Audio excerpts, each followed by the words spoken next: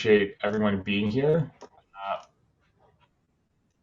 Okay, we can all see. Okay, yes. Okay, perfect. Daniela, let me know if anything's not working. Um, First off, just want to say, like, again, thank you so much for showing up to be here. For me, it's 8 o'clock at night on, or 8:15, whatever, on Saturday. For many of you, it's even later or early on Sunday morning, and that's a huge sacrifice to make on your weekend. So I very much appreciate you taking the time. And as a way to say thanks, I feel like there's tons of value in this presentation. I tried to make it really, really informative and helpful. There's a lot of content to go through. I might speak a little quickly to get through a lot of it, so I apologize. But I will make this slide deck available to download just to sign up for my mailing list later on. I wanted to make the slide deck something that's actually helpful to read on its own, because a lot of slide decks you probably get from school are not super helpful if you didn't catch the presentation. So there's actually just a lot of text in this presentation, and there's not a lot of important visuals, if that makes sense. So I wanted it to be aesthetically pleasing, but you don't actually have to like sit in front of your computer if you don't want to. You can just listen to the presentation. I know it helps engagement, but like I just designed it in a way that I think we might all be tired on Sunday morning of sitting in front of the computer. So if you need to get up and walk around, you're not going to miss anything. So I just wanted to give you that warning. And yeah, let's do it. So everyone here, regardless of the stage of your career that you're in, I think you get into science because some part of you says you can't do anything else, right? You just love science, you love research, you love asking questions, and it just makes sense to you. And that's very fortunate, because this is actually the greatest time to be involved with science ever, in my opinion. And you might be asking, well, like, that's a lofty statement to say, Ira. Why would you say that? And I'm going to tell you it's because technologies and disciplines are converging right now in ways that were not possible or even imaginable 10 years ago. We're really finally able to leverage what I refer to as like the technology of biology. And so the technology of biology is really about mimicking ways that the natural world constructs and decomposes and arranges and synthesizes things. We're able now to understand that in ways that we couldn't before and leverage it for our own purposes.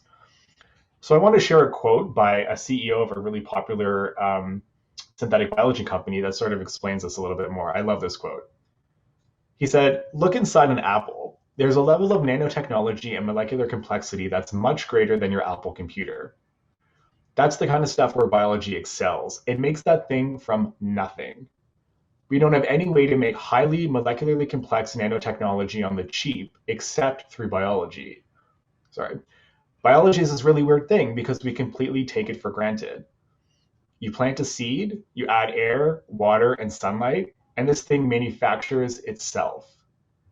It's got solar panels, he means leaves, it's powering itself. If Apple showed up and was like, I invented this seed, you planted it in your yard, we'd be like, this is alien technology. And that's a quote from Jason Kelly, who's the CEO of Ginkgo Bioworks, which is like the largest, most powerful synthetic biology company in the world. They just went public for $15 billion IPO. They program cells to do everything. And what I like about this quote is it basically explains what I've been thinking for a long time, is that with biology, we can do anything these days. And it's such an exciting time to be involved with science that I want to help everyone who's an aspiring scientist or wants to go to grad school or wants to study, just to leverage that to the best of their abilities. So with that, here's growth tips for scientists. This presentation is going to look a lot like this. I'm just going to do a lot of talking. Hopefully it's not too boring. I might move at a quick speed because I put a little too much into this presentation. So if you have any questions or need clarification, just we'll get at the questions afterwards. And I really appreciate you guys being here. So let's do this. Firstly, prelude number one, I call it cross-pollination. This is because there's a whole bunch of technologies and frameworks and principles and disciplines that are merging and sort of cross-pollinating with each other right now that couldn't have happened 10 years ago. So super quickly, we've got first synthetic biology. Synthetic biology is basically programming life the way that you would program a computer. This is possible because we can read the genetic code, we can read DNA through sequencing. We have been able to do that for years. However, we couldn't write DNA. We couldn't synthesize DNA on our own free will until very recently, and it's getting cheaper and cheaper every year. And so because of that, we can actually program cells to do whatever we want. Next, we have AI and machine learning. So, I mean, this gets more complicated every week, and I don't really even understand it.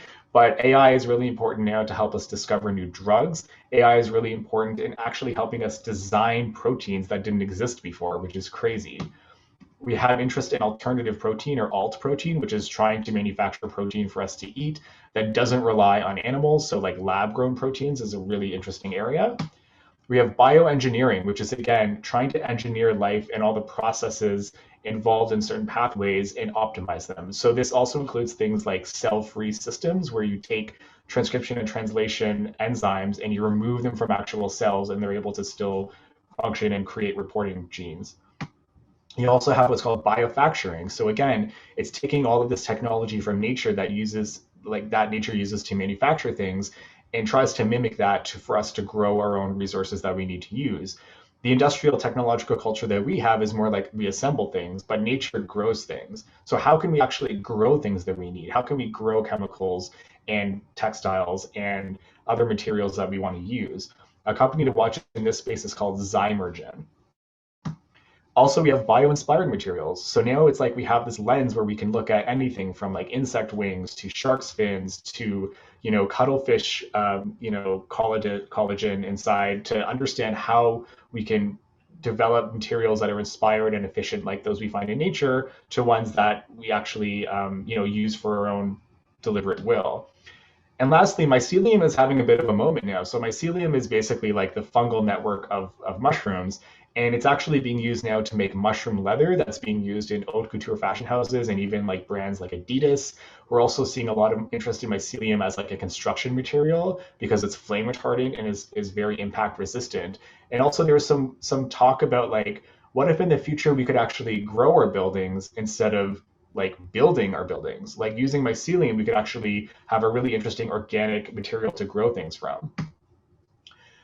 Prelude number two, I'd like to call is nature's already done it. So essentially, all the technology that we really need already exists in nature. I think humans think we're so cool because we made like Zoom and we made the internet and we've got iPhones and like we're amazing. And we are amazing. But when you think about everything nature's just done itself over millions of years of evolution, it solved a lot of really complicated problems. And I think now we finally have these opportunities. I call it like goggles. We have these goggles to find these Easter eggs in nature. We have a new way of understanding all of these things in the natural world and then understanding them from like a molecular and a genetic perspective, and then be able to apply those in ways that we couldn't before. Prelude number three is called What? And this is just examples of some really cool tech that sort of is an example of this convergence of all these different disciplines and cool stuff we can do right now. And I hope I just get people excited about this. The first one is DNA data storage. So we know that we can store genetic information on DNA, obviously, but now there's a lot of talk about because of the spatial efficiency of DNA, you can actually store data on DNA. So one example of this is called, oh, I'm sorry, I'm going to move this, Daniela.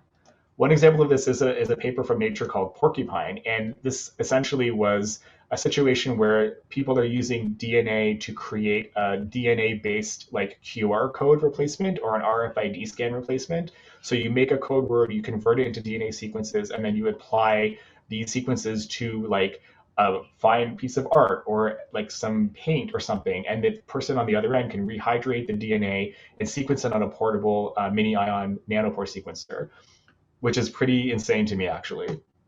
Next, we have things like wearable materials for COVID-19 detection. So this is another example of cell-free systems. You're having these materials that are embedded with these synthetic biology circuits so that if someone like sneezes on you who has COVID, your face mask will actually like fluoresce. We have mRNA vaccines, so I'm sure we all know what these are by now, but the really interesting thing about them is there's discussion about how we can leverage the technology to start fighting things like cancers and maybe multiple sclerosis, not just COVID. We have things like animal-free dairy, which is, again, taking this synthetic biology approach of programming yeast to make any chemical we want. And in this case, we're programming yeast to make whey protein, which is in milk, so you can have ice cream that doesn't come from cows, which is exactly what Perfect Day does. We have this plant called Merchantia. So Merchantia grows very commonly in my part of the world. It's basically a liverwort. It's this really weird looking plant that hangs out with mosses.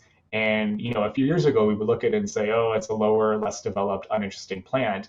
But now, given all the technology and synthetic bio we have, we can actually use it as like a playground to investigate and demonstrate synthetic biology because it's so simple. So this diagram on the right, these yellow shapes are basically fluorescent proteins bound to the cell membrane of Marchantia, and this one on the right, I said right twice, sorry, on the right is actually these green and pink dots are nuclei. So this is an example of a plant that we probably would have overlooked 10 years ago, and now we realize this is like a perfect solution to a whole new way of exploring biology.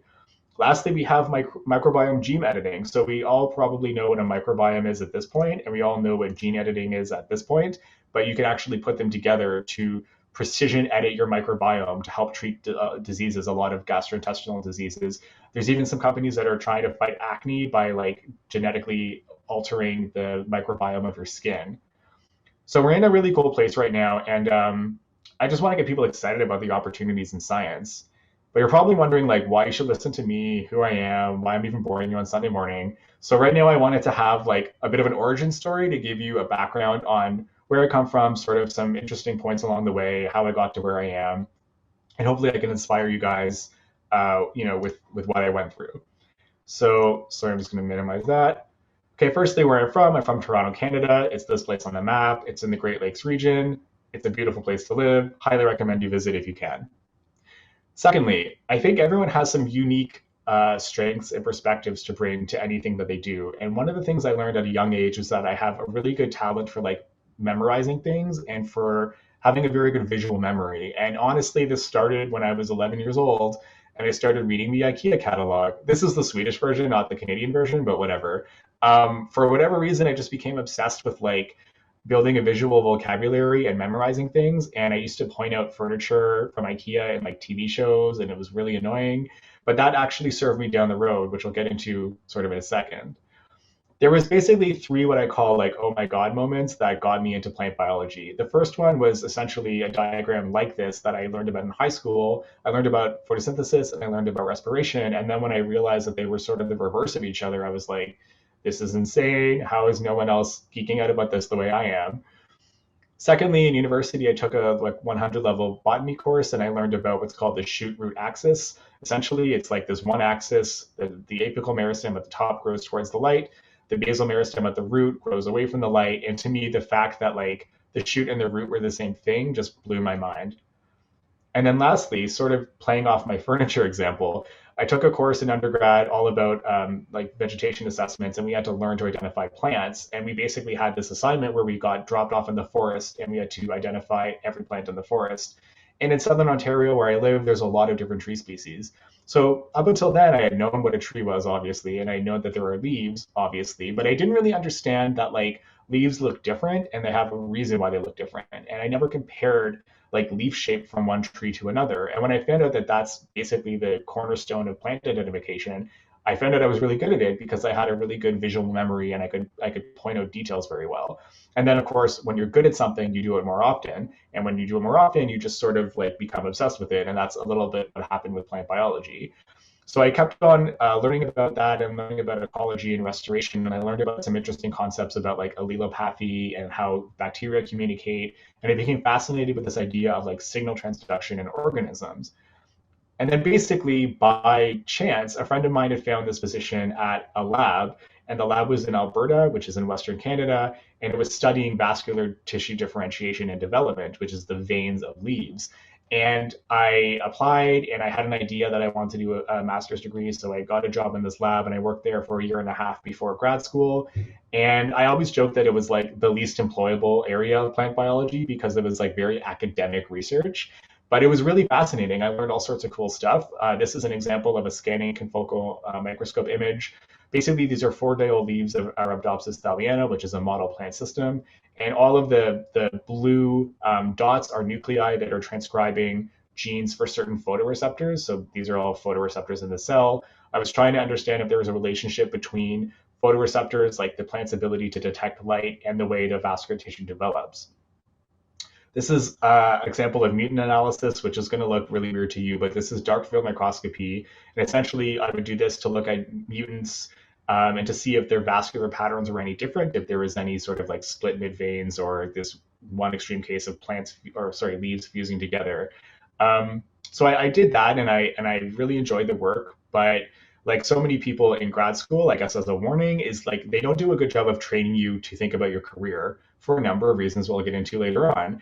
So I had no plan. The last 6 months of grad school, I was so focused on defending my thesis, which is a common thing, that I just wanted to get it over with so badly, and I never wanted to come back to the lab again because I was just sort of like crushed. So I didn't have a plan, and unfortunately, I found a job. I made a post about this on LinkedIn a while ago, but I found a job working in a private laboratory, an environmental lab, and I went to a hiring fair. No one understood what I was talking about on my resume at all, and they basically gave me a position doing like sample reception, where I would take out and organize jars of soil. And it was frustrating and a little bit humiliating, but that opportunity led to other opportunities because that company had a position in a lab in the oil sands in Fort McMurray. So I'm going to just super briefly talk about the oil sands in Fort McMurray, Alberta. Maybe you've heard about them globally. They're called the tar sands, but essentially it's a mine where you mine sand like with this big truck and shovel. By the way, this truck is called a heavy hauler and it's the size of a house on wheels. It's pretty cool to see up close. But literally, this is a staircase. This is like a house. Um, you dig out sand and there's oil mixed into it because of the way the geology forms, and then you separate the oil from the sand. In this picture here, you can see like a mine pit and this mining development, and then this boreal forest, which is what the surrounding landscape used to be. And so my job eventually was going to be working in a company that did research and vegetation to bring the forest back from this to this.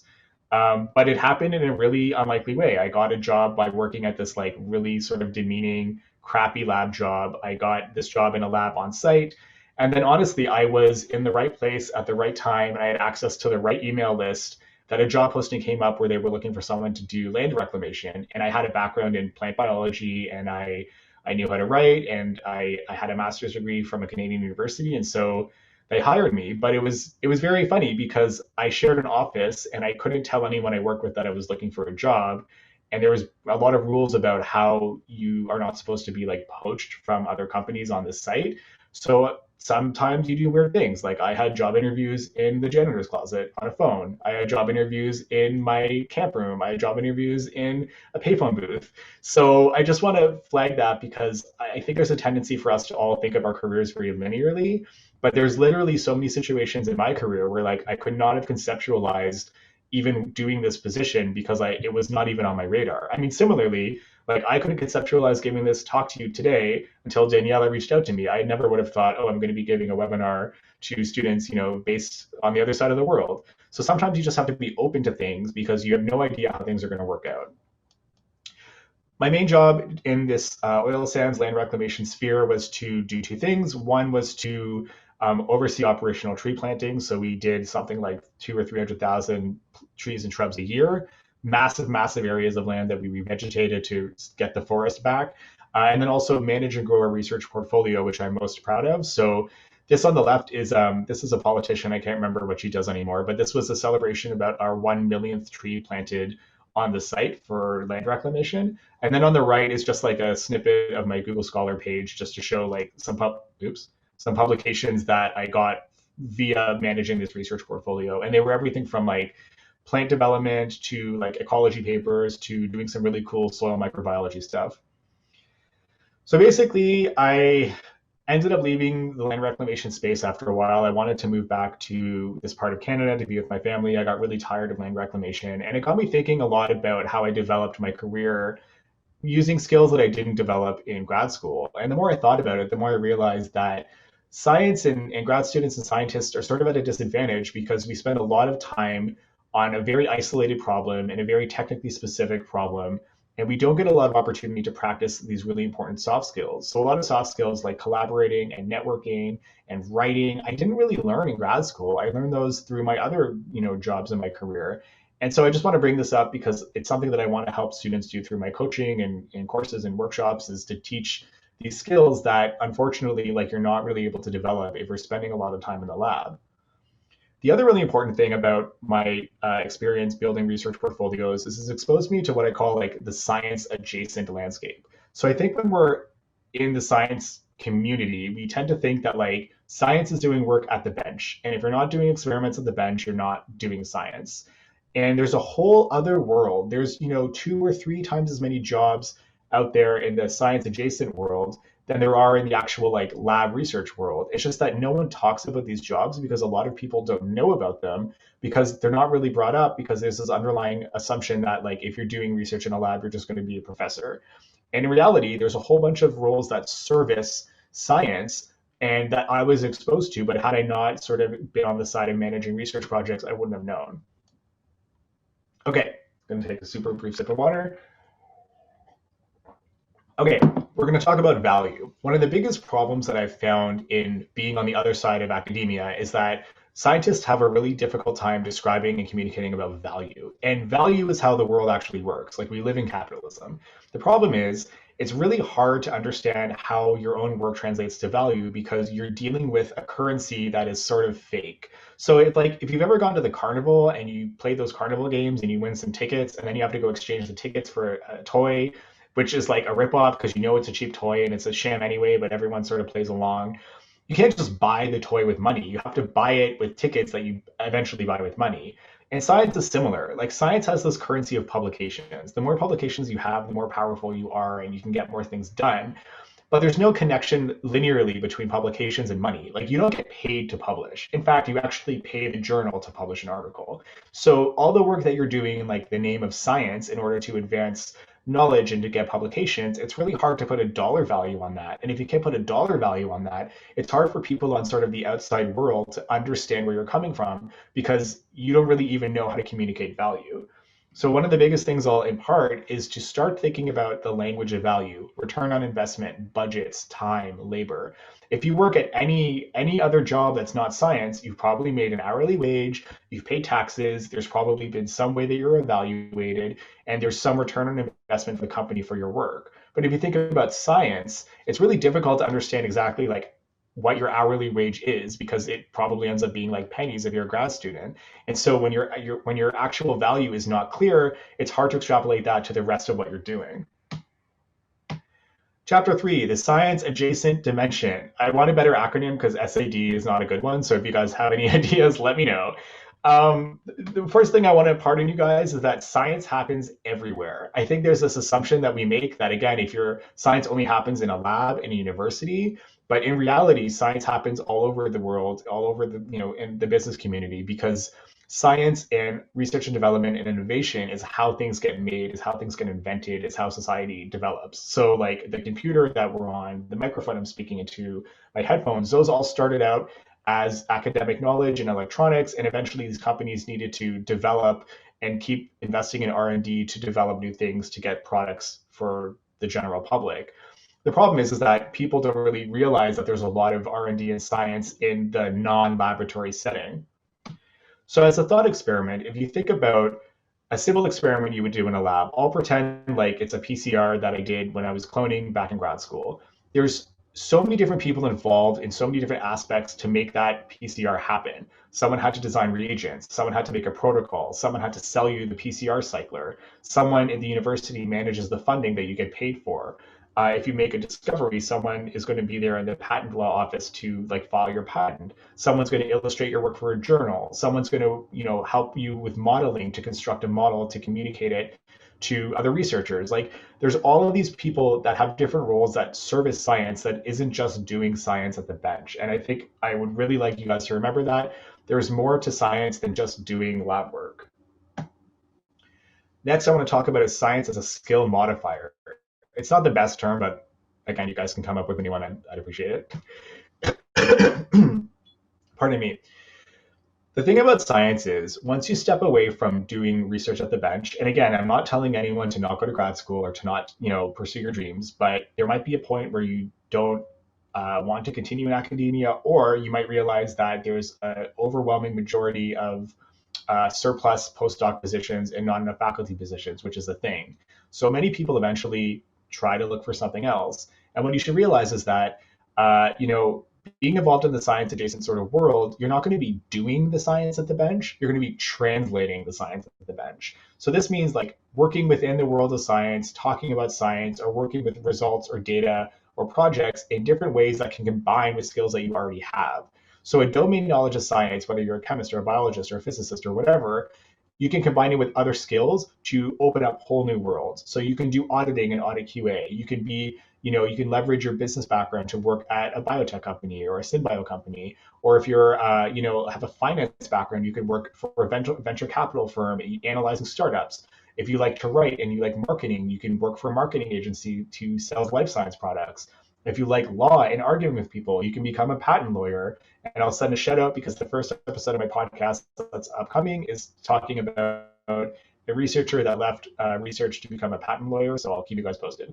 If you like electronics and IT, there's a whole discipline of what they call computer assisted biology, or just even programming, like programming for any sort of biological analysis. So there's all these different like routes you can take starting from your domain of science knowledge. And it's not just about doing lab work. And I think what I hear a lot from students is that they're very stressed out and they're very overwhelmed and they're trying to find a job. And I think they think that if they don't have like a lab-based job, then like they're not a scientist, and that's just not true. Next, I want to talk about networking. So this is a huge one. Networking is super important, and to be honest with you, scientists like suck at networking, suck so badly, because I think the main reason is that they just assume they don't need to network. They assume that their publication record and their research is the most important. If people want to work with them, they'll reach out. Their CV is going to speak for itself. And in reality, that's only targeting a very small amount of people. So networking is super important. I wish I started doing it earlier, and I would highly recommend everyone start doing it now. And here are some guiding principles to guide you about networking. Number one is ask mode. So ask mode is the worst. Ask mode is when you roll up to someone or you email them and you basically ask for a job or you ask for a grad school position, and you ask them for help in a way that shows you've done no legwork or research, and it's just very overwhelming to deal with. The way to avoid ask mode is a few, but you basically want to start from a give mode. You want to help people as often as you can without expecting things in return, and eventually all of that helping people will connect you with other people, and then people want to help you in return. People say about networking, it's not about what you know, but who you know, but I also think it's about who knows you. So this means essentially, you could have 1,000 people, 5,000 people in your LinkedIn network who you know, but the people that actually know you for a reason because you do good work and are on their radar, that's the important connections. Social media connections don't really mean anything because you probably have like 10 or 20 people that you really regularly interact with that are your core. So that is the kind of networking you want to do. You want to build these relationships where people know who you are. No one owes you anything. This is a really harsh thing to wrap your head around, but it's completely true. I think once you wrap your head around this, you'll feel a lot better about your, the bumps in your job search or anything like that, because no one's forced to do anything for you. No one's forced to help you. No one's forced to return your emails. So just don't get too caught up in it. Networking is also about finding out what's out there. It's not even really about finding a job. It's about understanding the landscape. So I made a post on LinkedIn a few weeks ago, and I think I referenced this as like networking city. Like you're moving to networking city. You want to find out about networking city. What's cool? Where are the good places to eat? How do things work? You're finding out about the sort of landscape of the field that you're in. Who are the players? What is the legislation surrounding it? What are the big companies? What are the problems? What's the technology about it? It's not like I'm just networking to find a job, because most people only start networking when they're looking for a job. You want to be proactive and start learning more about an area, and the opportunities and the exposure and the information will result in more opportunities for you. Be easy to help. This is probably the most important thing. Being easy to help means approaching people for help with networking in a way that makes them want to help you. And people want to help. People have always been helped. They want to repay the favor. They remember what it's like when they were young and had less experience. But a lot of people go about this the wrong way. They just roll up and are like, give me a job. What should I do? How do I get into grad school, etc. What you have to do is adopt sort of this mentorship relationship with the other person. And you have to come for them with like a very specific question, preferably one that's like option A or option B.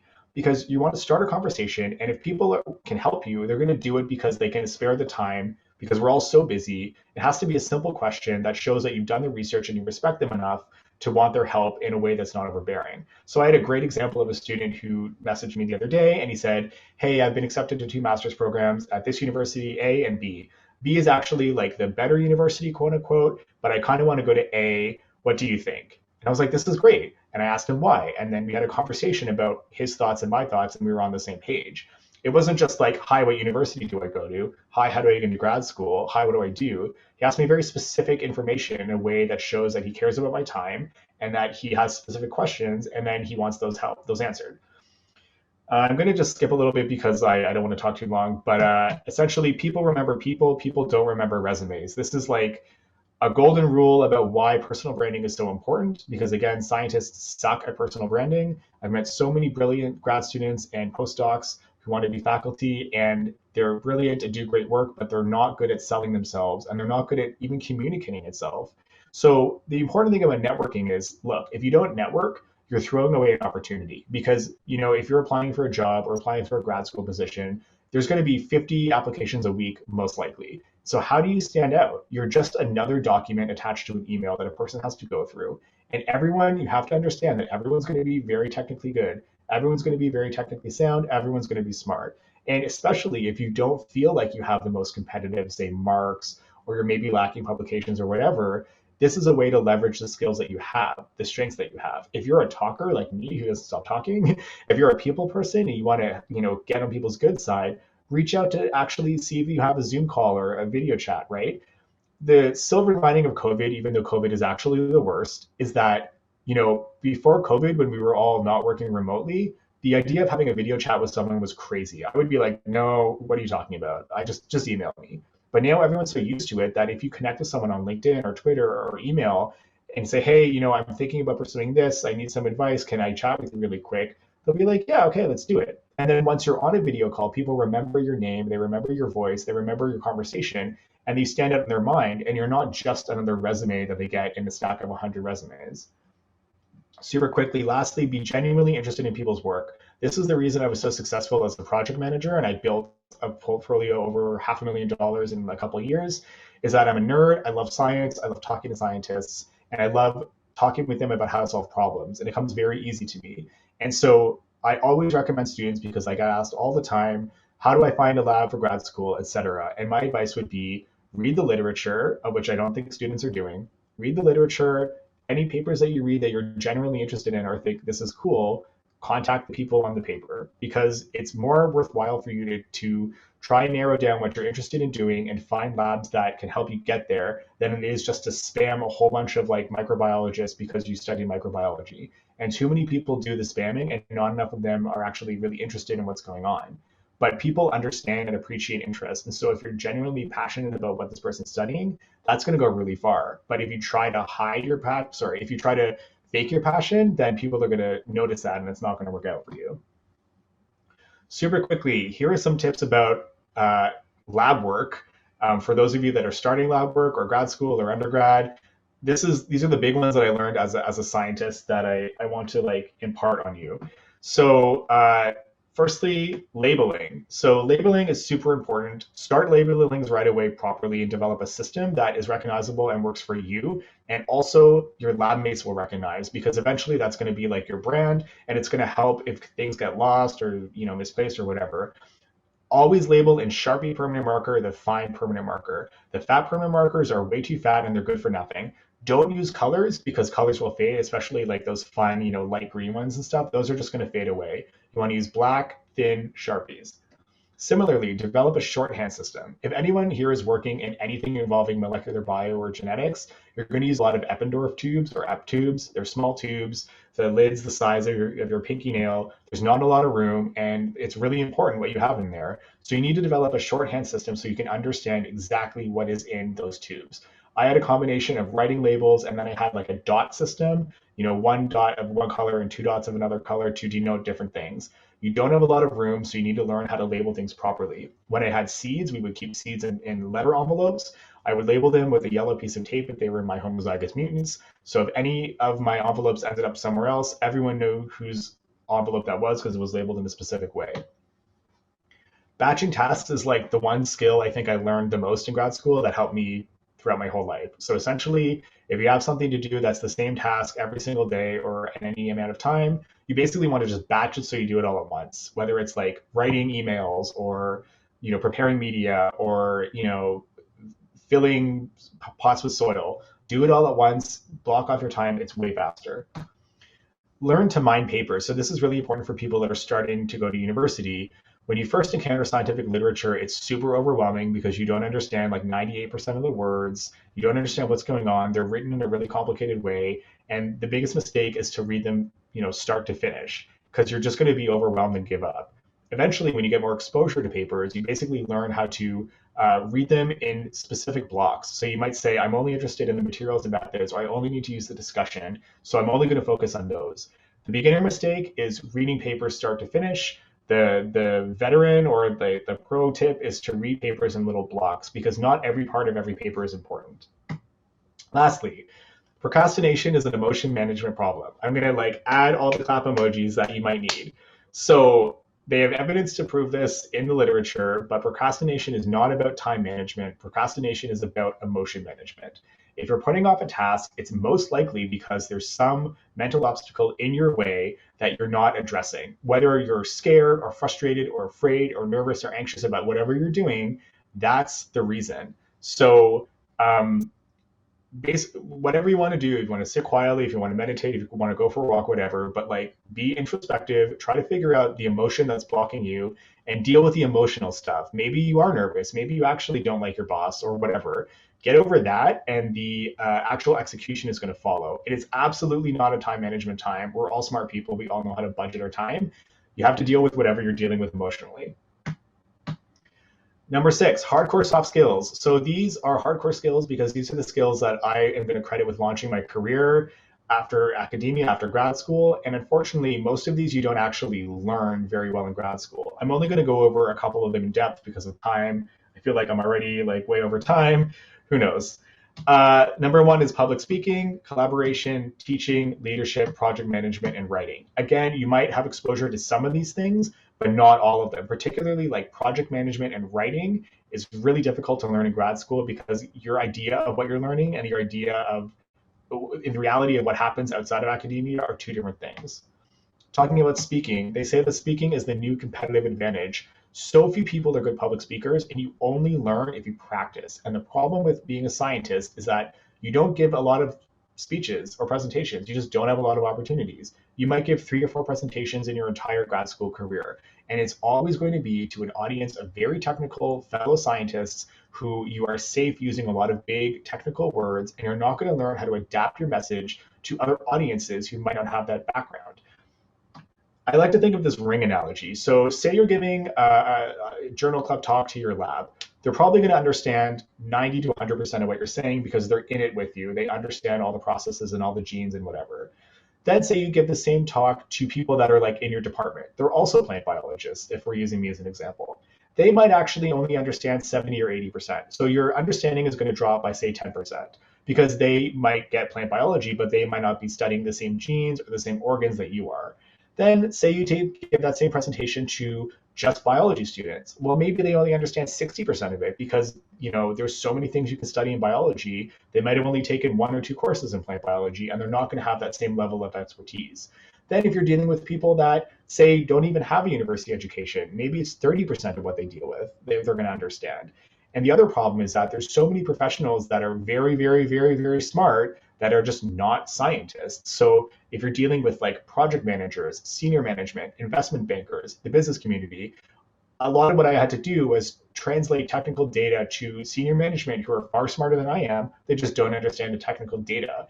Or stakeholder groups that are from First Nations communities who are very, very intelligent, but just don't understand the technical data. So you have to learn how to translate what you're saying into more generic language.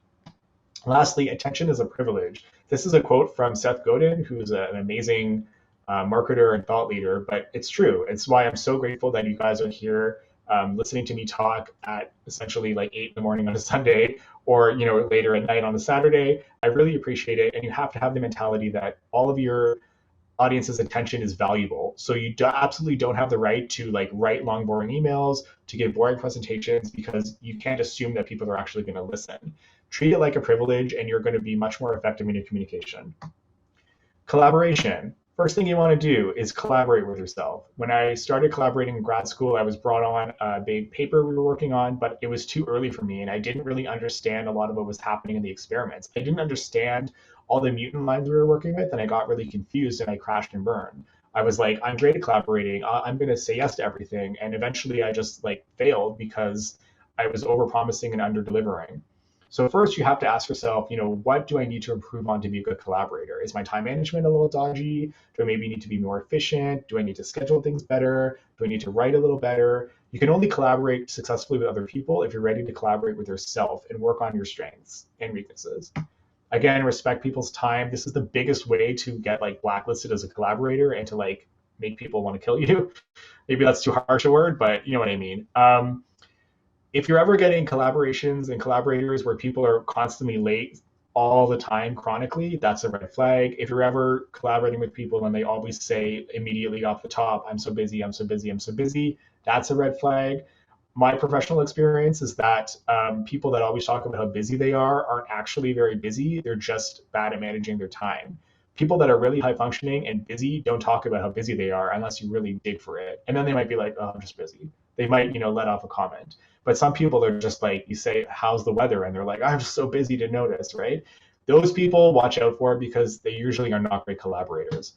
Lastly, you earn your reputation, whether or not it's good or bad. If you're a great collaborator and you do good work and you're gracious to people and you help each other, then people are going to want to work with you. But if you're late, if you're dragging your feet, if you're letting people down, if you don't follow through, if you don't say you do what you said you're going to do, that's going to catch up with you. A new state of mind. So I call this chapter just some ideas that I think I came to a lot later in my career that I think would help to maintain in a proactive way. I might skip through some of them, but I think it's worth hearing these things because it will open your mind up to more possibilities than I think you're exposed to. Don't hold on too tightly. There's a very famous Canadian musician named Joni Mitchell who basically has a quote about if you hold sand too tightly, it falls through your fingers. And I think in the science career space, we're taught this very linear career path of like undergrad, grad school, PhD, postdoc, faculty position. And I think people are so ingrained with that idea that if they're not doing science and they're not a scientist, then everything's for nothing. And in reality, like that's not true. I'm skipping this. Sunk cost fallacy. Oh, these both shouldn't highlight at the same time. Sorry, guys. Sunk cost fallacy. So I posted about this the other day. This is probably the one scientists are most guilty of. The sunk cost fallacy is basically throwing good money after bad. Yes. It's the tendency to continue doing something that's like not helping us, that's wasting our resources and our time and our energy and our money, even though we know it's not working, just because we've already spent so much time doing it. And grad school is the perfect example. A lot of people have spent, 10 to 15 years in school, in grad school to be scientists, and they might be over it. They might hate it. They might not want to do it. But so often you just like roll over into the next phase and you become a postdoc and then you try to become a professor because you're like, I've already been doing it for this long. I've already invested this much time. But you don't owe your past anything is the next point. And you just have to be open to the fact that like, okay, if you're not feeling it, if it's not working for you, if you're tired of being like stressed out and having no work-life balance, then give it up.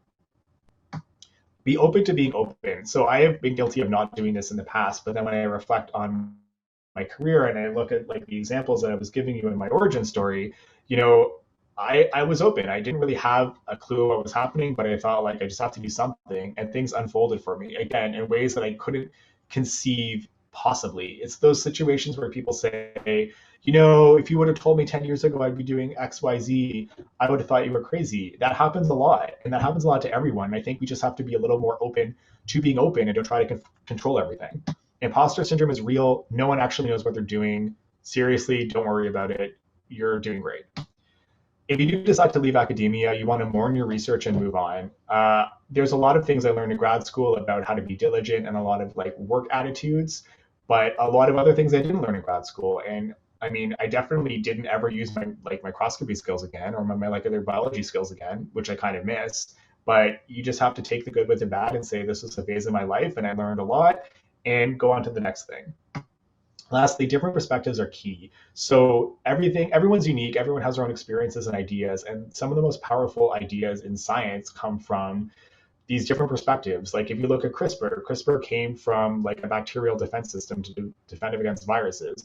If you look at PCR, polymerase chain reaction, which was sort of established by this guy named Kerry Mullis, and he was a molecular biologist, but he also knew a lot about computer programming, and he thought, wait a minute, is there a way to combine like the DNA copying capability of DNA polymerase with like the recursive loop structure of programming, where you have a loop that goes over and over again, and the inputs of one loop, make the outputs of the other loop, and vice versa. And when you combine this like recursive loop structure and DNA polymerase, you essentially get a PCR reaction, which is just like copying DNA like over and over and over again, like thousands of times.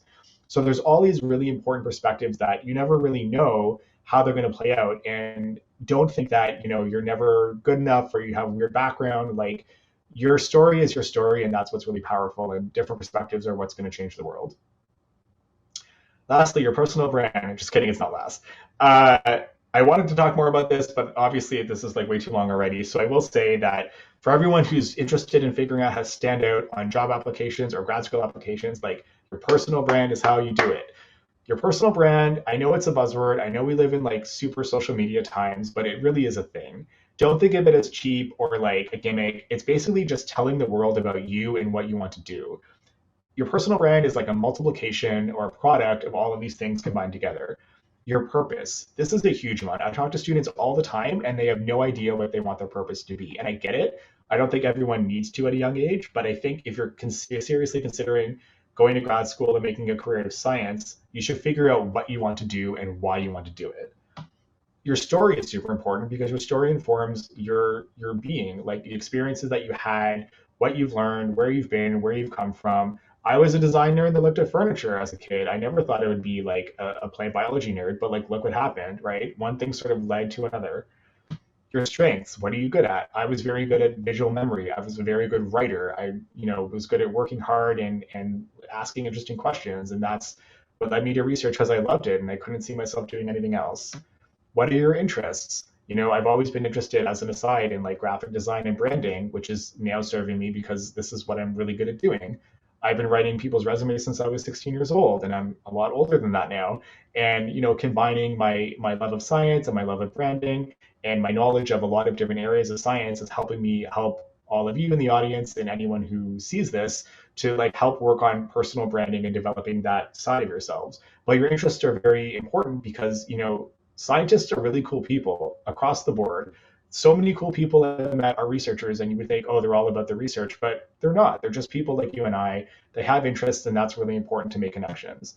What is your inspiration? Like, what problems do you want to solve? Why do you want to do it? If you want to stand out on things like a letter of intent or a statement of purpose, people want to help you, and they want to help you with a mission. So if you're applying to grad school for microbiology and you're just saying, hello, I want to work in this microbiology lab, here is my story of all the lab work I've done, it's boring and no one really cares. But if you in that letter say, okay, I've always been interested in this, I've been interested in this disease or this type of bacteria, and like, how is it that bacteria can detect magnetic fields, which by the way is a thing, that's really cool. And then people who read that are interested in the fact that you're interested, and you want to make that connection by giving them the opportunity to help you pursue your interest in your dreams, by showing what you're interested in and what impact you want to make, which is the last one.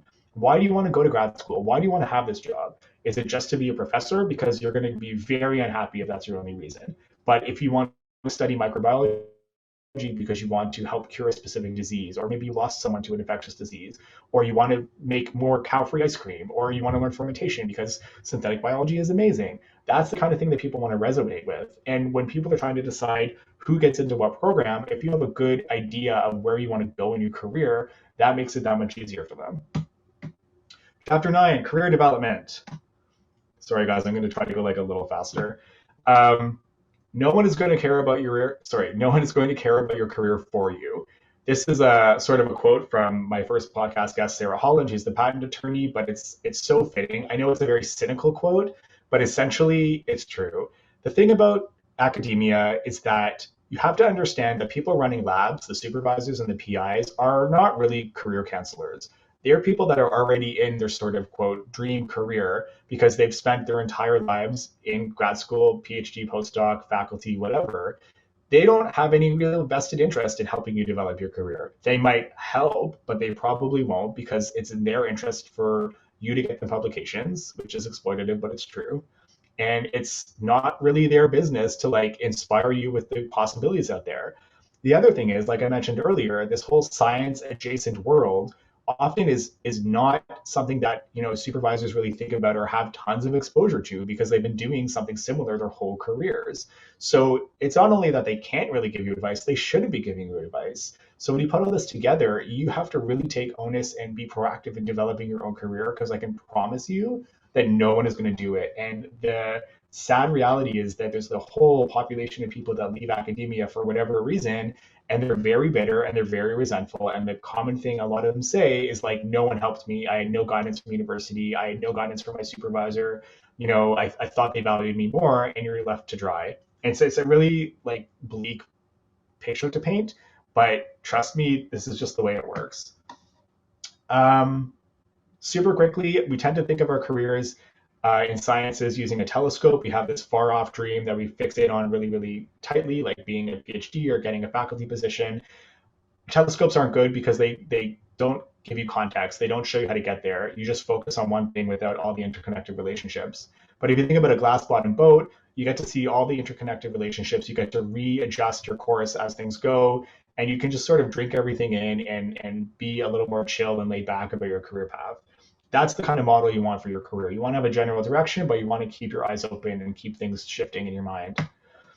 Take a lower branch. So this sort of comes from a conversation I had recently with a student. She was graduating from a master's degree in like geology, but doing like numerical modeling in geology.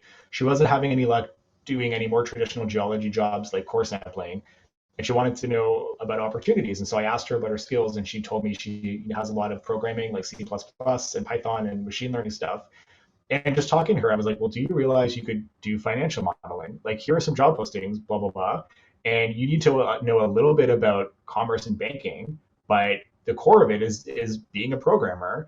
And I bring this up, this lower branches, if you think of your skills as like a tree, they build on it like foundationally from the bottom. So the bottom might be like a baseline knowledge of like science, and then the top, you're going to get to like programming, and the very top is going to be like programming for geology. If you're a squirrel and you want to go from tree to tree, squirrels don't jump from the top of the tree to the top of the tree. They have to go to a lower branch that sticks out further laterally in order to make a move. So with me, like I didn't get a job doing research portfolios in the land reclamation space because I was a molecular biologist. In fact, I can guarantee you that 99% of people who I worked with had no idea what a gene even was. But I got the job because I had a lot of experience with plant biology and restoration ecology from my undergrad and other skill sets. So I sort of like leveraged some more basic skills, so to speak, or some skills I had earlier in my career and grew those out. Similarly, again, take a lower branch. Sometimes you might build a very specific pyramid of knowledge. You might have to emphasize skills that are more foundational. Oops. Invest in yourself. Invest in yourself. Things take time. Things take money. Like your career is worth it. Lastly, grad school. I hope this hasn't been too long, guys. So if you're going to grad school, this is questions I get a lot. You should really know what the opportunity costs are. So opportunity cost is a concept in economics that basically asks you to consider the costs of things that you're giving up when you're making a decision. And a PhD specifically is like a huge thing to consider because there are a lot of opportunity costs. Honestly, when I started my master's degree, one of the faculty members in the department sat us down and he said, do not do a PhD. And we were like, what? How can you say that? You work for the university. And he was like, here's the deal. PhDs, there's not a lot of job opportunities because people don't want to hire them because they demand more money. PhDs are often like not equipped to handle the corporate world because you spend so long working in isolation that you don't develop networking and people skills. I've worked with so many PhDs that are brilliant people, but they're jerks and they're conceited and they just don't develop those like corporate teamwork skills. And also, you're going to be losing a lot of opportunities in terms of income because if you do a master's degree for say 2 or 3 years or whatever versus a PhD, which might be 5 or more, you have 2 or 3 years of a job working in a company and earning more money and earning more experience that you're not going to get with a PhD. There's a lot of opportunity costs in a PhD, so like please consider it very carefully. There's a guy named Cameron Geller. You probably follow him if you follow me on LinkedIn, but he had a quote along the lines of, a lab isn't the best because it's the best. A lab is the best because it's the best lab for you. So again, you really want to reach out and do your research and spend time, as long as it takes, figuring out what you want to do and where the best lab is going to be. The best lab is going to be somewhere where you have a good connection with the researcher and the other students. and they're studying something that you're interested in genuinely, and there's opportunities to grow and connect with industry and grow your career after grad school, you need an exit strategy. Don't just go to a lab because it's like an Ivy League lab, because I guarantee you it's going to be super hard. You're going to be really stressed out. You're not going to make any money, and you might not even talk to your supervisor ever. So, the best lab is the one that suits your needs the best. I tell this to like almost every single person that messages me about a PhD program. A PhD is 10 years of your life. You have to get that squared away. A PhD program in most places is 5 years, more or less. You're going to spend 5 years doing the PhD, and then you're going to spend probably 5 years what's called postdocing, or doing a postdoctoral fellowship. A postdoc is basically a contract. Sometimes they're 1 year, sometimes they're 2 years. People do a number of postdoc careers, and the point of a postdoc is to technically gain the experience you need to start your own lab. The problem is there's globally less and less and less and less and less postdoc and faculty positions. So people are on this hamster wheel of being a postdoc forever. And let me tell you something, as a PhD student and a postdoc, you're going to make like maximum $45,000 a year American or Canadian, right? In Canada, that's like the equivalent of maybe like managing a McDonald's restaurant. Like you're not going to make a lot of money. Grad school is very hard. It's going to wear you down to the bone, and you're not going to make any money. So if you really want to go places and get a PhD, make sure you consider if it's exactly what you want to do, what your exit plan is, and be prepared that it's going to be 10 years of your life between a PhD and a postdoc. And then if you're really tired of it after the 10 years, that's 10 years. So just be really careful. Again, if you want advice or want help, message me anytime. I'll be glad to talk you through it. Lastly, you're not your research. The problem with academia and research in general is that you spend so long investing your identity around research. And if you have to leave your research for whatever reason, it's almost crushing because you spent, 10, 15 years on this path and this has been your identity. But really, life is more complicated and your personality is more complicated and your career is more complicated than that. So try not to think that way. In conclusion, finally, science is everywhere, everywhere. It's in academia and it's outside of academia, and there's R&D and innovation everywhere. And this is the best time to be a scientist of all time. A job is a combination of experience and exposure. Experience is what you're going to gain doing a task, and that's going to boost your resume or your CV. But I would argue more importantly is the exposure you get. Every position you have, no matter what you're doing, is going to expose you to different things. It's going to expose you to players. It's going to expose you to companies. It's going to expose you to ideas and techniques and technology. And that exposure is what forms this little worldview in your head. And the more exposed to things you are, and the more aware you are of how things work and how things connect and how the world works, the further you're going to go in your career, because you can understand how to make connections with other people and understand how to move within different worlds. So just because you might be graduating and trying to find a job and you're not sure what you do, and there's no science jobs, and I would say, okay, well, there's other skills you can develop aside from just developing bench skills. Maybe focus on doing a sales role or something, and that's going to expose you to how sales works. Maybe try marketing, or maybe try do something else, programming. That's going to expose you to that world. And the most successful people are the people that can like tie all these worlds together. The possibilities right now are really endless. What I tried to do at the top is get you excited about the opportunities for biology and science. We're in the craziest time right now, and it's super exciting to me. And like every day I open up my feed and I just geek out over the cool stuff. And it's great because we have a lot of really big problems to solve and we can actually start doing it. So don't think that like your career life is over because you don't get a PhD acceptance or whatever, or you don't get a job. A week later, you might find something else and you'll forget all about that other one, right? The possibilities are endless. You never know what's going to happen. Your uniqueness is actually your power. So everyone has their own unique story, their own unique, like impact they want to make in their own perspectives. Just like Harry Mullis, just like me, this like dorky graphic designer who likes plants. Like everyone has unique things that make them successful. And sometimes in academia, in research and science, it feels like you're only, the experiments you can run, but everyone has uniqueness in them. And that's what's really powerful because there's no other you. And lastly, I just want to encourage you to find your voice. I want to, put a plug-in that I can help you do this with some branding coaching. But the people that are the most powerful scientists aren't at the bench. The people that are the most powerful scientists are out there making connections, starting companies, getting funding from big organizations, doing really cool stuff. and they know enough about science to be dangerous, but they're not the one that's pipetting all the time. So the only way that you can get to this really successful place is if you find your voice, you find out what you're good at, you find out what you want to do and where you want to go and how you want to get there. And your brand is going to be the key to that. All right, so lastly, here are ways to get in touch. You can follow me if you'd like on LinkedIn. My name is Ira, IRA. My last name is SHERR, as in my Twitter handle. You probably know me from Coach Bio. Pleased to make your acquaintances if you're not following me already. I'm like brand new to Twitter. I have, I think, like one follower. So please follow me. I'll follow you back. Twitter is a space I'm kind of afraid of right now, but I'm trying to build my following there as well.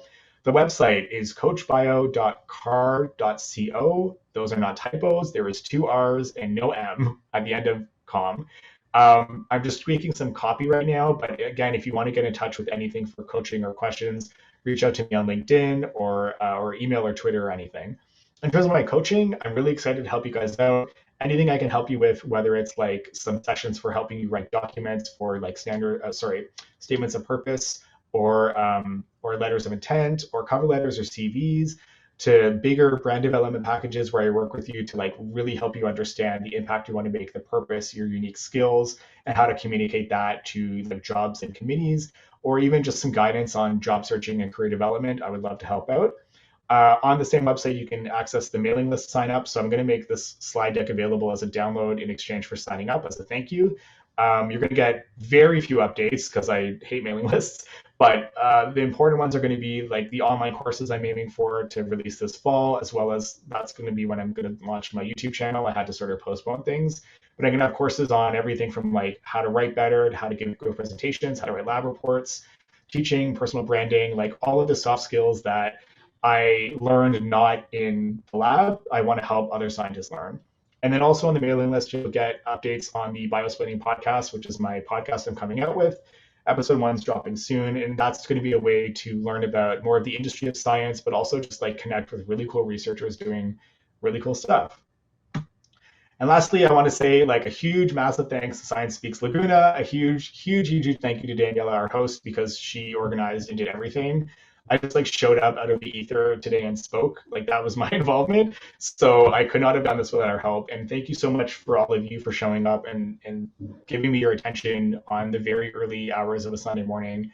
I'm super grateful. That's the last slide. So I'm good for questions or whatever you want to do next. Thank you so much for that, Ira. That was very enlightening, and I hope that everyone was able to get valuable information in tracking their career paths in the STEM industry.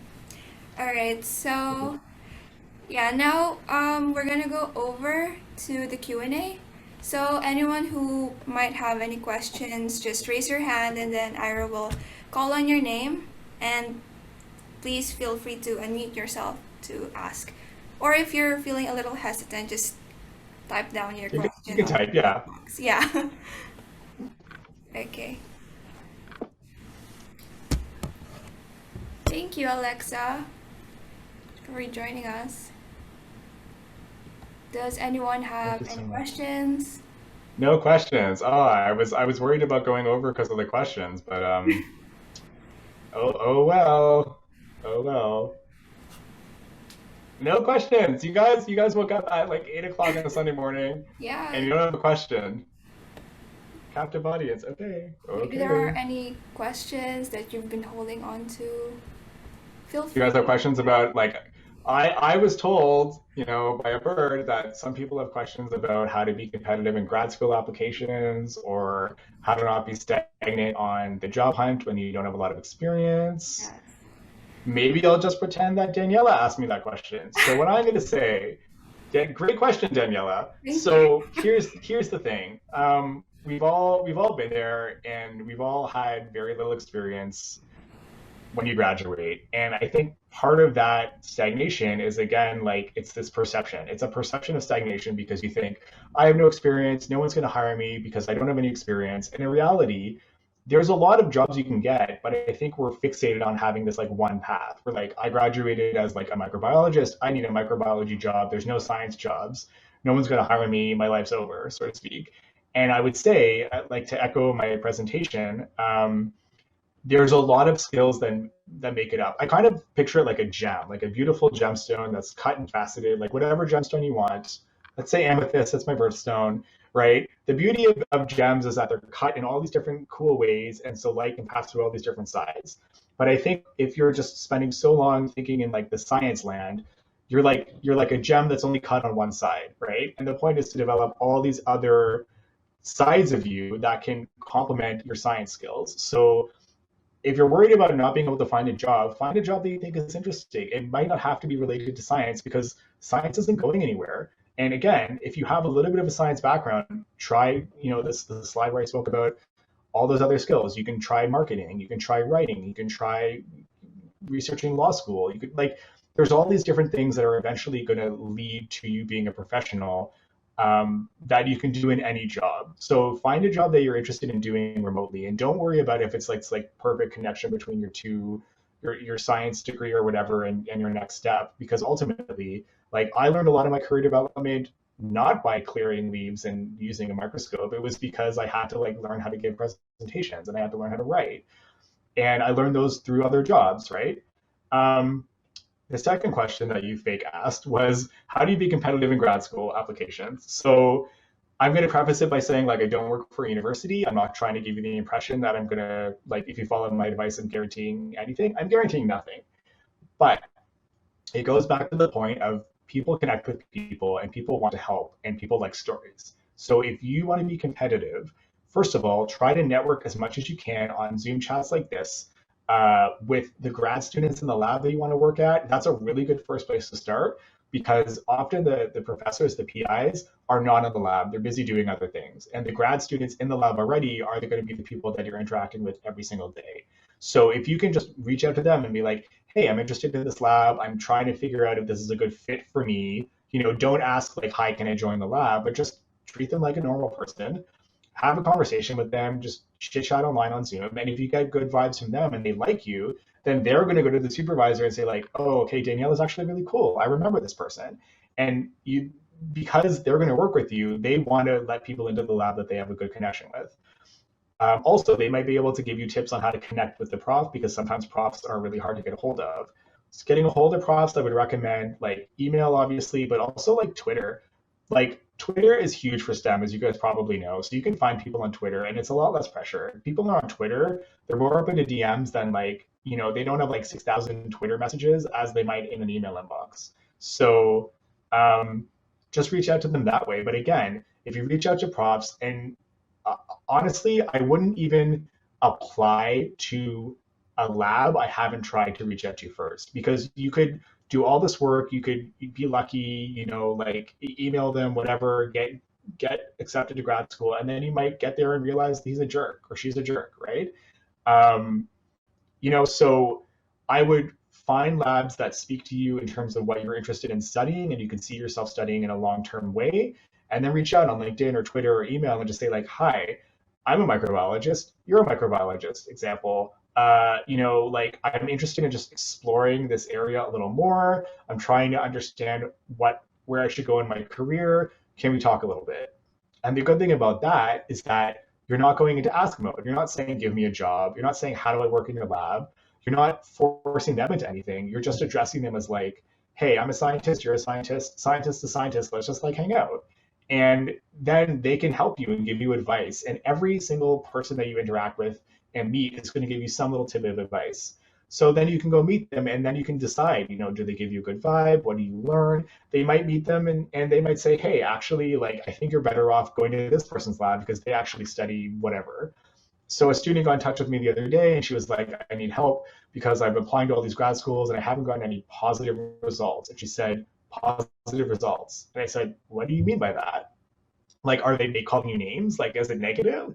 And she sent me screenshots and her replies were like, we don't have any money. I'm sorry we're not taking grad students. And then one of them was like, hi, I noticed that like you're a soil microbiologist, but like I'm actually an aquatic microbiologist. So like, sorry. And to me, that just says like you haven't done your research. Like it's not about spamming the entire world of microbiology to ask for a grad student application. It's about like figuring out what you like and reaching out and just saying like, is this going to be a good fit?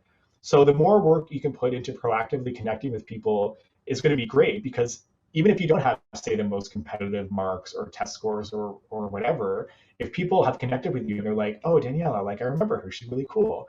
They're probably you're probably the only person that's actually reached out to them because again, like scientists don't do this. So if you can reach out and you can, make yourself known and have a good connection, even if it doesn't lead anywhere, you're going to build up your network. And that's how you make yourself competitive because people remember you and they want to help you if they know that you're taking your career seriously enough to actually connect with people and not just like spamming off resumes and then being like, no one wants to hire me, right? So that is emblematic of like the help requests I get all the time. And I just want to like reemphasize that networking is super important. Once you start doing it, you're going to wonder why you didn't do it. And if you want to be competitive in anything in life involving other people, you have to remember that people like people and people like connection. So I'm not saying go out and be like really sleazy and like fake. Just be like, hey, I want to just chat with you before I like sign away the next 3 to 5 years of my life to make a few dollars over minimum wage. like what a crazy idea. So that's how you do it. I wonder if anyone else has questions at this point. Yeah, thank you so much for that. So Alexa asked about procrastination. She said that Yes. it's one of her greatest struggles, and what are your suggestions in combating it? Yeah. So as I mentioned, this is honestly a game changer. Procrastination is an emotional management problem. There is something that you are not doing, like, there's a problem that you're not addressing emotionally that is stopping you from doing the work. You're struggling on procrastinating about whatever, a lab report you're writing, because maybe you don't really understand the experiment as well as you thought, so you're not confident in it. Maybe you hate the prof and it just makes you upset. Maybe you actually don't know what you're going to write about, so you're putting it off. Like, you need to confront in an honest way the reason emotionally why there's a blockage. And once you're like, okay, look, truthfully, I don't actually understand this experiment that well, and that's why I'm putting it off writing the lab report. Then you're like, okay, so now I just gotta like get through that feeling and then go read the experiment. Like I'm telling you, this was a game changer for me because we all suffer from procrastination, and I used to wonder, like, I'm not a dumb person, but why am I just leaving this to the last minute? It's because you're anyone of like scared, anxious, upset, unsure, and it's easier just to like not do it than confront those feelings. So I would just say be introspective and try to understand the exact feeling you're hiding from and then just figure out how to make that go away. And that's my advice. All right. That was very helpful. So Suhasini, I'm sorry, Gap year. asked, what are your thoughts about taking a gap year after Okay. masters? Yeah. So I have a bias because I live in Canada and the system is not the same in every country. And I know I get a lot of students from India who are saying that like I took a gap year and I got rejected from all these things because I think in some countries the system is not very fair. My grad school application process was obviously very different from a lot of other people's, but I will say um, it depends on if you're going to take a gap year, like just do something productive with it. Like if you're going to take a gap year because you don't know if you want to sign away the next 10 years of your life, absolutely. Take 2 gap years. Take as many as you want because the labs are literally not going anywhere. And I think a lot of people, I hear from students, they're like, oh, I need to apply by 2021. I'm freaking out. It's like you're rushing to jump off of a cliff, so to speak, right? So I would say if you're still trying to figure out what you want to do, absolutely take a gap year. Just be productive. Like spend it networking, spend it legitimately reaching out to people and learning. Set yourself a goal, reach out to one person a week, which is like super easy, and have these virtual coffee chats or whatever you want to call it, and just learn about stuff. That's going to be time well spent because after a couple of weeks, you're going to be like so much further along in your knowledge than you were before that it's going to be worth it. If you're taking a job or internship, I think like absolutely. Just I think it just depends on what you want. Like if the job or internship is more interesting to you and is going to teach you some cool skills and is going to expose you to cool things, then like absolutely take it because you might not be developing a specific science skill, but you're going to be developing another skill like project management or coordination or writing, right? So that's going to be valuable work experience. Plus, you might actually, make headway into a company where you can have a job that's better paying than science. science is not the answer to everything. Science is great, but you're going to be poor for a long time, guys. Like, science does not pay well, and it's criminal. And if I could change anything about science, I would change that. So I would say go for a gap year, but just make sure you're doing it for a good reason. And if you haven't even decided on what you want to do before applying for a PhD, definitely square away what you want to do in your PhD and make sure it's for the right reasons. And I will say, disclose the reasons if there's any like I don't know, like tragedies or bad circumstances about why you need to take a gap year. Some people I speak to from other countries, like in India, they're saying that gap years are looked on really poorly, even if they're for a real reason, like there was a flood in someone's village, right? So just disclose those things because you never know who's going to be a jerk about it. I hope that helps. All right. Hopefully, that is inspiring to the participants. Next So, question. Mark said, Okay, so interesting question from Mark. Sorry, I'm like reading ahead of you. It's a bad habit. Um, yeah, I mean, unique self-expression is unique self-expression. I mean, I'm not necessarily condoning like dyeing your hair green and ripping your clothes and whatever. But I think the important thing about personal branding in that concept is that it's just about being self-aware, like being aware of like what your strengths are, what your interests are, what you're bringing to the table, and how an interest in science, if you want to pursue a career in science, can help you with that, right? It's about having an understanding of like what is special about you and how you can leverage that with science to make cool science stuff happen. It's not necessarily about freedom of expression being suppressed, although I'm not a fan of that. But it's more about just like um, understanding who you are, because no one's the same, and science in some ways is very homogenizing. So I think if you want to be really successful, the easiest way to do it is to leverage your own unique strengths that come to you naturally. all right. So, Alexa said that she agrees with Mark. So, I think So it's what not they're trying actively. to say is that, How yeah, do you suggest we can break their mold?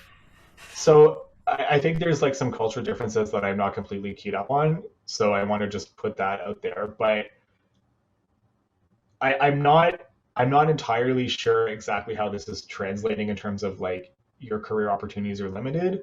But I'm not advocating for you to be fiercely independent people to the point of potentially limiting your career opportunities. Really, the important thing for is just self awareness. You don't have to trumpets blaze and have a parade and wear costumes and wear crazy clothes and put your career in sort of jeopardy. It's just about understanding that you're very good at certain things and other people are not very good at certain things. And so you're going to find the most success if you learn to leverage what you're good at and what your unique perspectives are. I was a nerd that loved graphic design and shapes, and I became a plant biology nerd and I just loved it. And the reason I can make this presentation for you is because I learned about grid lines when I was in grad school, because I was fascinated by layout and typography, right? That's the kind of thing I mean. So like everyone has their own strengths and unique things that they bring to the table. And science is the most powerful when you can partner with those things. So I like graphic design. I can give presentations. I'm marginally funny. It's easy for me to talk to you people like this, but some people are terrified of public speaking. So that is just an opportunity to work on it. And everyone has their own strengths. And, I think just try to focus on things you're good at and follow that way. Um, don't burn any bridges. Don't try to be like anti-authoritative for no reason, but just try to like recognize your own personal strengths and use that as leverage in your career. As a fresher, most of them don't have much skill. Okay, can someone just vibe check? So a fresher, because we don't have this term in Canada, is that someone that just graduated from school? Daniela, can you um, handle that one? sorry, Varnita, could you elaborate on what that term means? I hear it a lot from students. I'm assuming it's like a new grad. Thank you so much for your insight on this. That was such an eye opener. Oh, thank you. Um, Again, like it's a Maybe she vicious meant cycle. like she's a fresh graduate. Yeah, that's what I think it means. So if you're learning about like how you can overcome skill in, it just depends. I mean, again, 10 years ago, we didn't have like these open online courses where you can learn anything for, excuse me, for free or for very little money at any time. So if you're interested in learning skills, there's a lot of things you can learn. There's a lot of ways to do it inexpensively and on your own time, compared to like a decade ago. Uh, I would just again like just network with people. I'm going to repeat myself over and over again because if you're interested in developing skills, you can talk to people and try to figure out what skills are in demand and what's really important. So if I'm again like a plant biologist and I'm interested in like working in a biotech company, I can reach out to someone and get on a Zoom call and just say like, hey, this is literally my situation. I am a fresh grad. I'm interested in like where to take my career. What is a good skill I should develop? Should I develop this or this? And they might say like, actually, neither of those. Or they might say, oh, definitely develop some programming skills, or definitely this, right? So you just want to use it as an opportunity to meet people and ask their perspective, and they're going to give you information that's useful. Some of them will straight up give you the right answer, or what you think is the right answer. Some of them might lead you in different directions, which is good, but there's no like one size fits all answer. So I think if you're looking to be really successful to develop skills, find out what the market wants or how you can get into certain companies or certain projects. All right. Ira, Experience some speaking highly of, swerving away from the support of sorry. the person. Yeah, someone sent me a private message asking about networking Uh-huh. because they're thinking Yep. of looking into programs abroad, and so they wanted to ask how they can start networking with international companies. The good thing about networking is it's like the same thing over and over again. It's really easy. You just have to like get out of your little shell a bit and just do it. And the great thing about the time we live in right now is that prior to this like Zoom land we're living in, people would have to like physically go to networking events or just like email people, and like it's really hard to break in. But now you go on LinkedIn, you can find people from every company all over the place. Just connect away. People are so nice on LinkedIn. They're so friendly. They're so helpful. You're not going to get an 100% reply rate, but like I, for example, I've always been interested in like science copywriting. I'm a pretty good writer. I've just been exploring how to get into that space more.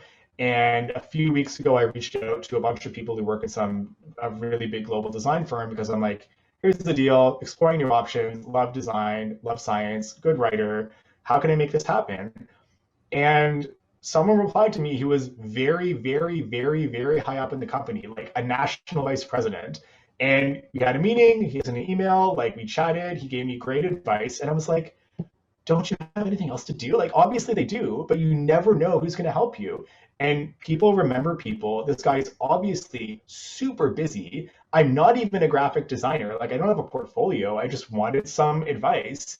And some people just are really helpful. So go on LinkedIn, find the companies you want to look for, reach out to just like send connection requests to a whole bunch of people. And again, don't ask in a way that's like, hi, help me get into grad school. You want to say, hi, Daniela, I'm interested in doing this. I'm wondering if I could ask you a question because I'm interested in like applying abroad, or I'm interested in understanding more about where you work. Some sort of like specific question where they can understand you're not going to like dump a lot of your problems on them and they can answer it. And then you can lead to a conversation. So if I'm trying to, for example, if I was trying to like get into a specific company, I might say, hey, I noticed there's a job posting for this. I just want to see if like I'm a good fit for this company. Are you available for a chat?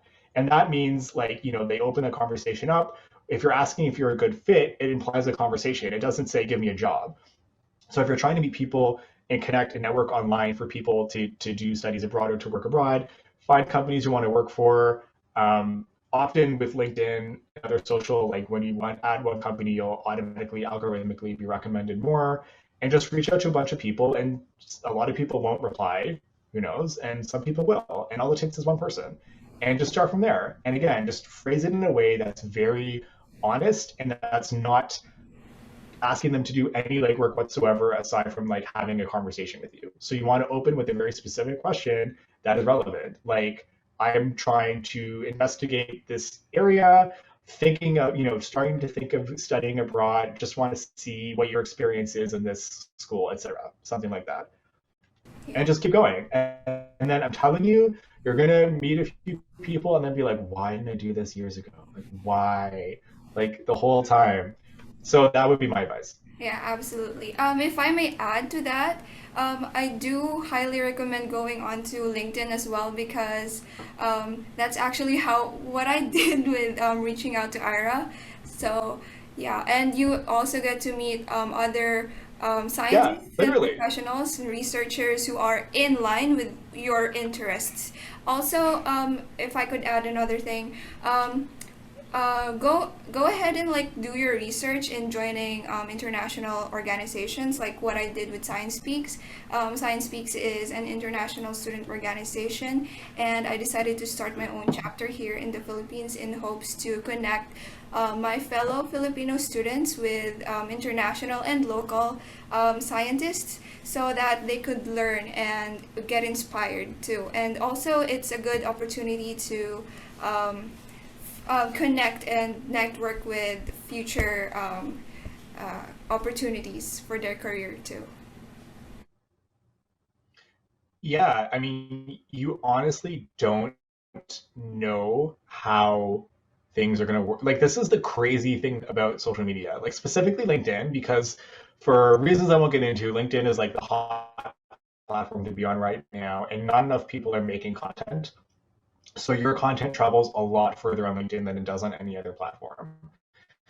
That being said, like you really have like you just put stuff out there and you have no idea who's going to read it, and that's amazing. Like I literally would have no idea that Daniela would ever contact me, and then she contacted me and I was like, this is incredible. I wasn't looking for people to talk to. I wasn't like researching student groups or like checking out the Philippines. It was just like it happened. Like you never know how things are going to reach, and so it's really important to have a personal brand, but also just like show up for yourself on LinkedIn. Don't be fake. Like don't be obnoxious or annoying. LinkedIn, thankfully for now, is not a place where people like hang out the way that people hang out on like TikTok or Instagram. Like there's not a lot of memes, there's not a lot of like stupid posting, which is great because it's like quiet.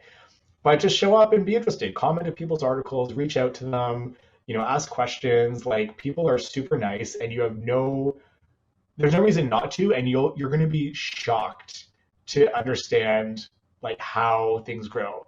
Personal example, I had a post go like sort of viral for my standards that started off this entire coach bio thing, and that was May 7th.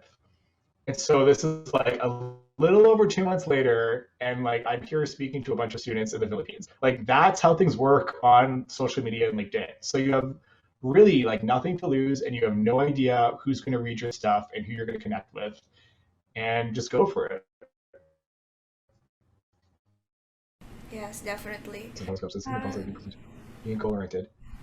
Um, I'm just sorry. I read Riddell's comment. Riddell. So I just like the analogy because it rhymes, but I think here's the thing with goals. Goals are great, but I think they're really important in their general direction function. So goals are great to say, I want to lose weight. I'm going to try to eat healthier and exercise more. But if you like fixate on a goal really tight, like I need to like hit this goal weight by this date, that's going to be really disastrous. It's like when women try to lose a lot of weight for their wedding days and then they just like they stress themselves out and then their wedding day comes and they gain all the way back. It's like it's hard. So if you I think when you're being very rigidly goal oriented, you're not giving yourself like room to breathe and room for like life to happen, and you're not giving yourself flexibility, and the flexibility is what's really important. The glass bottom boat analogy is like you can still see things on a glass bottom boat and you see a lot of cool things and you're drifting along, but you're not like so fixated on something that's like really really far away. You're heading in that direction, but you're able to like take in new things and change course. And I guess you could say more process oriented. But the problem with science is that the career path is like so linear and rigid, and there's very little conception of opportunities outside of the lab. Like that was my big eye opener after leaving grad school, was like no one taught me about how the world works. Like no one taught me that there were these other careers at all. And no one even tells you like, hey, when you leave, when you finish your degree, you can do this. It's like You're just expected to be a professor. Like that's what it is. So in general, just it's important to have goals as a way to direct your boat, so to speak, but you don't want to hold on so tightly that um, that you're losing sight of like the short and the medium term. All right. So I don't think we didn't get to go over Alfred's story. He is Oh, asking for your input on sure. finding a job. Some of my older friends were. Sure, one sec. I was doing some of my older friends swerving away from the supposed science with their courses just because they were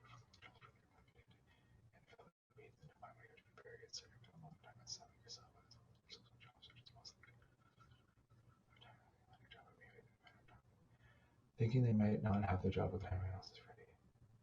Oh, yeah. So I don't know how it is in the Philippines, but I think that's